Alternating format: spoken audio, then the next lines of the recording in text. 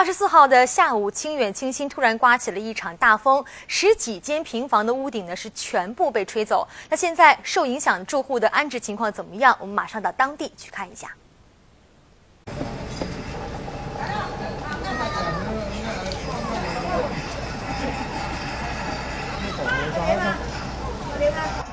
24号下午3点多，清远清新区107国道附近突然乌云密布，风力大作。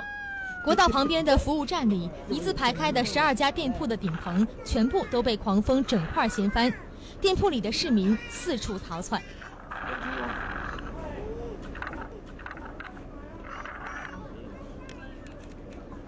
望着被吹得面目全非的家园，有人回忆起當時情景，還心有餘悸。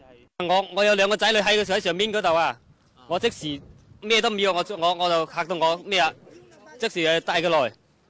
事發後，清遠太和鎮政府相關人員也趕往現場，對受影響的居民進行登記，並且疏散他們到安全地方進行暫避。有啊，有啊。水沖涼啊嘛？有啊。我一陣再過去睇睇。對於有居民擔心家裡剩餘財物的保管問題，太和鎮政府也派出人員通宵看管。